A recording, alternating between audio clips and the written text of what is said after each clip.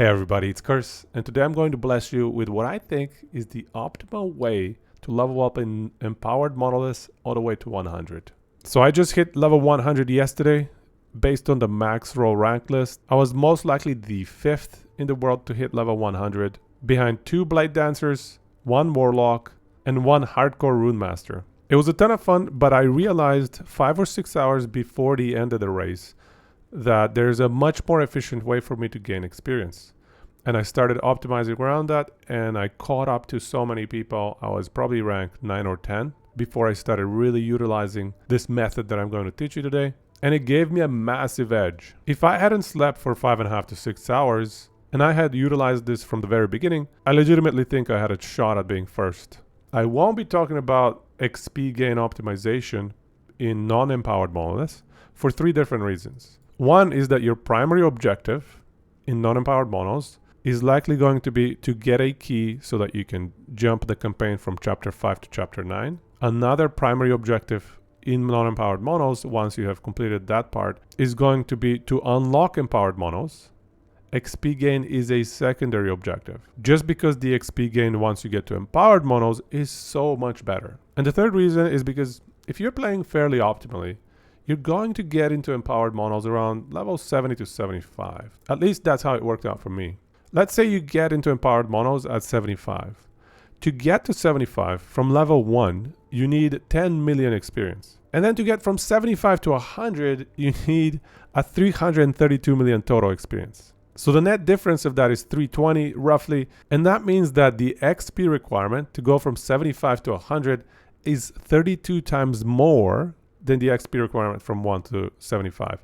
So optimizing your XP gain for that period from 75 to 100 is really important, and it's something that a lot of people haven't really played around with. And so that's why I'm going to talk to you about what is the best way to get from roughly level 75 to level 100 in empowered monos in Last Epoch 1.0. Irashaimase!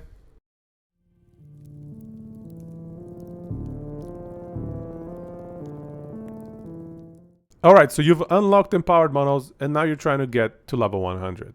The TLDR is that what you want to focus on is XP tome modifier rewards. Right here. That's all you need. And I'm going to talk about how to optimize around those and give you a few different tips and tricks to minimize the number of hours needed from 75 to 100. And the best thing about what I'm going to show you is that you don't need any overpowered build. Your build can be fairly mediocre, and as long as you can zoom through monos, that's all you need pretty much. You won't need a build that can clear corruption 2000 monos. So the first question is, how much XP do these XP tomes give you? And I'm gonna science that out because when I started making this video, I didn't know whether corruption improved the amount of XP you get from them or whether these modifiers down here, I suspected that they did not, but we gotta science that out. So let's do a corruption 156 XP tomes. And we're at 141 XP gain with potentially another 12% from this modifier right here. Let's see how much we get from the XP tomes. Okay, so here's the XP that we have, 998,437,405 to the next level. So that number should change after the XP tomes.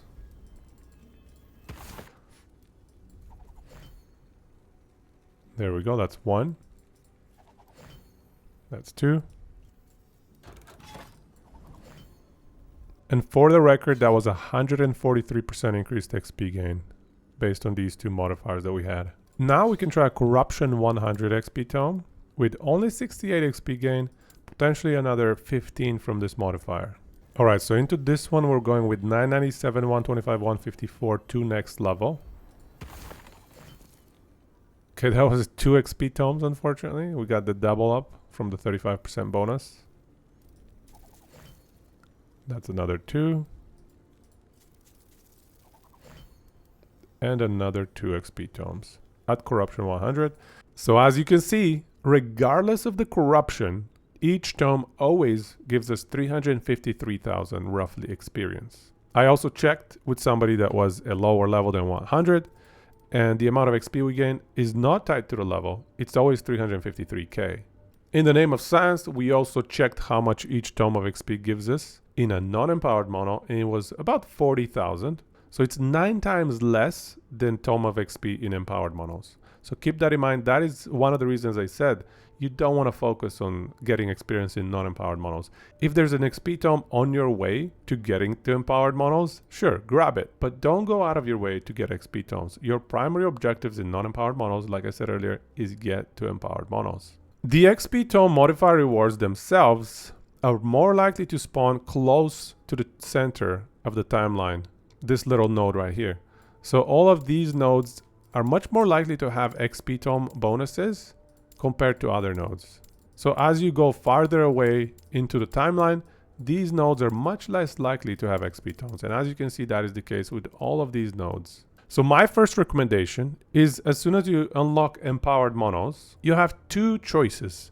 The first choice is hit every single corruption 100 monolith and get all of the tomes that are near the entrance, near the center of the monolith. That would be a massive XP boost. You should gain 5 to 10 levels from that, I'm guessing here. And that is probably the fastest way to level up as soon as you've unlocked empowered monos. Another route you could take is you could prioritize fixing some of your blessings. For example, if you're too weak defensively, you might want to get your all resistance blessing from Reign of Dragons, in which case you just go and do monos in Reign of Dragons, focus on that, kill the boss until you get an all res blessing.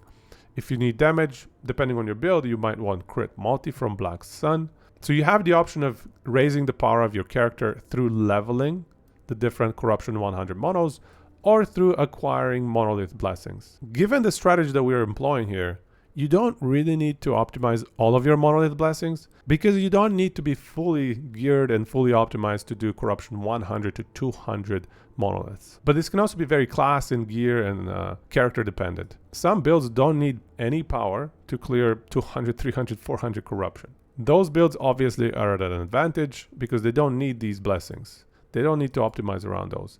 They can just focus on getting experience. And this is why the fastest leveling builds are rogues and usually Shadow Dagger rogues, because you don't really need much to be able to clear the first 1, 2, 300 corruption tiers. So let's say that you're trying to get as many XP tomes around the center of your monolith at corruption 100 or maybe even higher. Depending on what you see from your starting location, you always see 2 nodes away from you.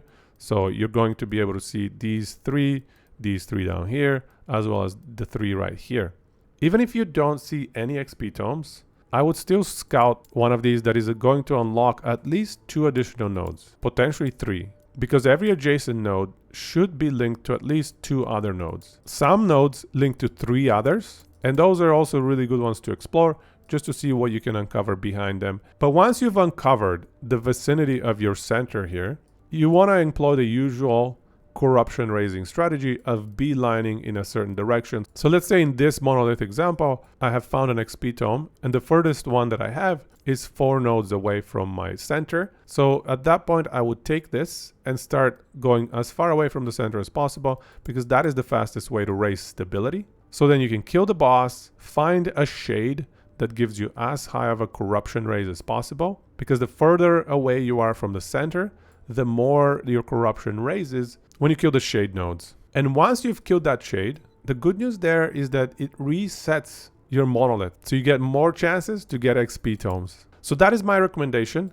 Hit every single corruption 100 monolith. So all 10 of these, make sure to go and check into every single one of them for tomes. Once you've exhausted the tomes in all of those, pick a monolith timeline. Let's say Reign of Dragons is a really good one because the all res blessing or the critical strike avoidance blessing, they're both super strong and great for early game characters. And once you've chosen your monolith timeline, let's say it's Reign of Dragons, start raising its corruption. Raise the corruption as much as possible while making sure you're comfortable giving your build's power level.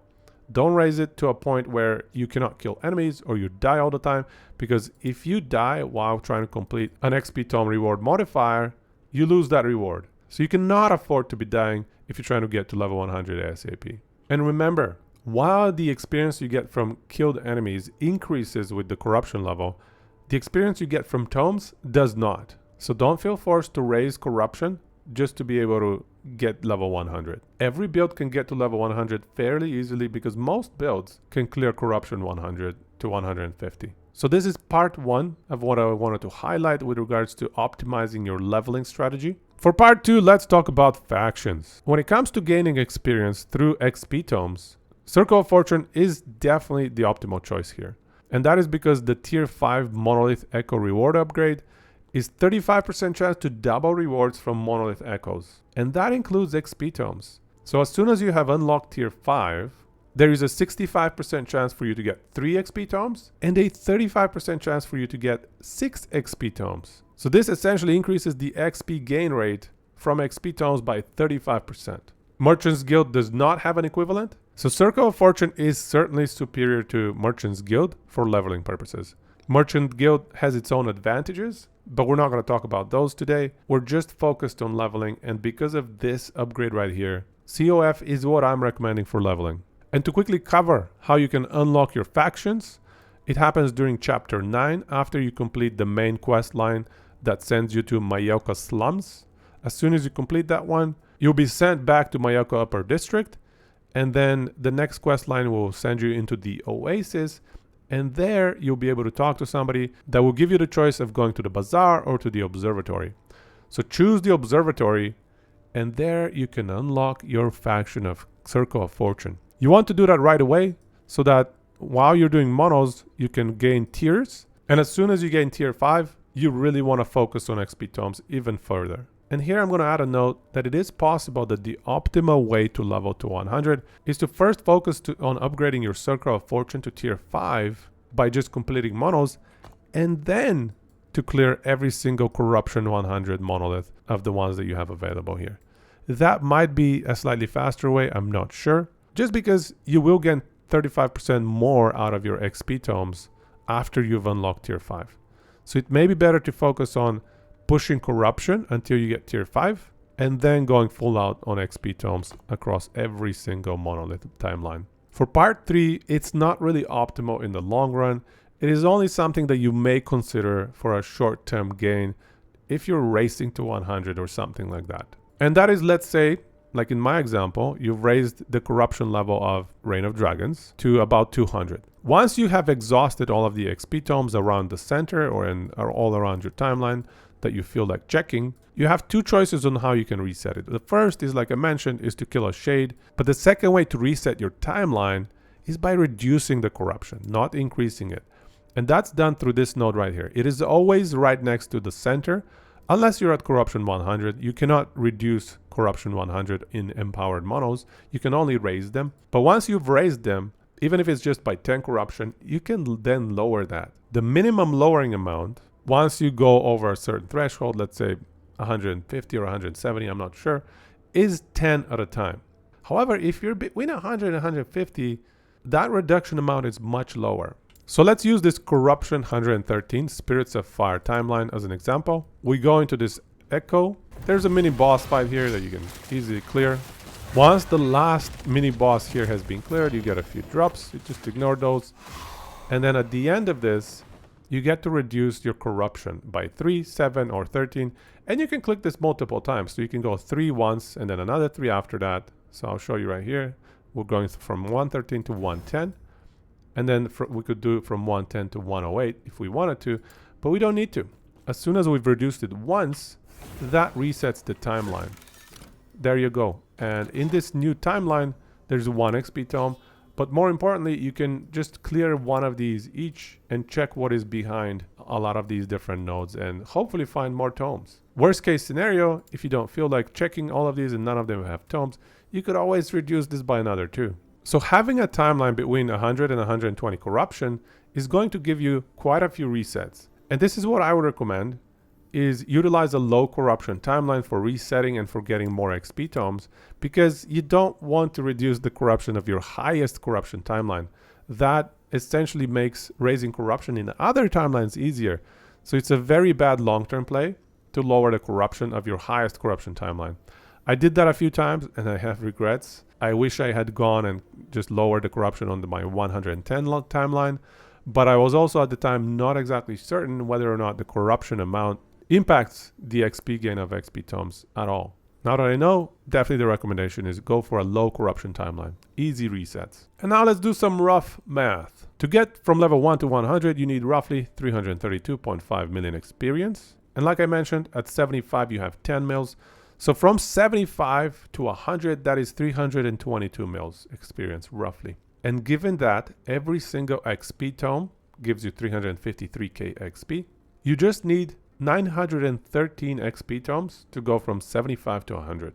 And since we get 3 tomes every time we complete a tome reward, that is 304 XP tome rewards from your monoliths. If you are playing Circle of Fortune, we can then further divide that by 1.35. And the final result is that we need 225 tome reward completed to get from 75 to 100.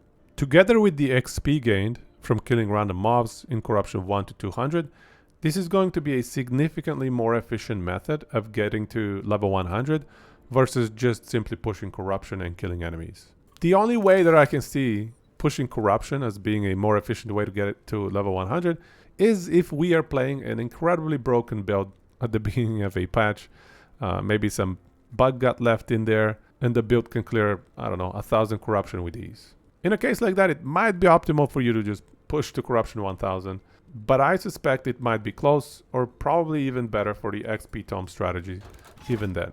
Because pushing corruption takes time, whereas resetting your mono is not very time consuming at all. So that is my recommendation if you want to get to level 100 as fast as possible in Empowered Monos. Start by unlocking Circle of Fortune as your faction, get to Empowered Monos ASAP, and then start racking up as many XP tome rewards as you possibly can. When you run out of XP tome rewards, raise your corruption of your monolith, and then keep resetting your monoliths either by increasing the corruption or by reducing the corruption through this node Sanctuary of Aether. Every time you reset it, you have more chances of spawning XP tomes because they're more likely to be close to the center versus further away from the center. Despite being top 10 and getting to level 100, I don't really care for or enjoy the leveling process nearly as much as the build making process. So I hope this video is useful for people like myself who want to cut that leveling process as short as possible so that we can enjoy other parts of the game. So if you employ the strategy to great success, make sure to note that in the description.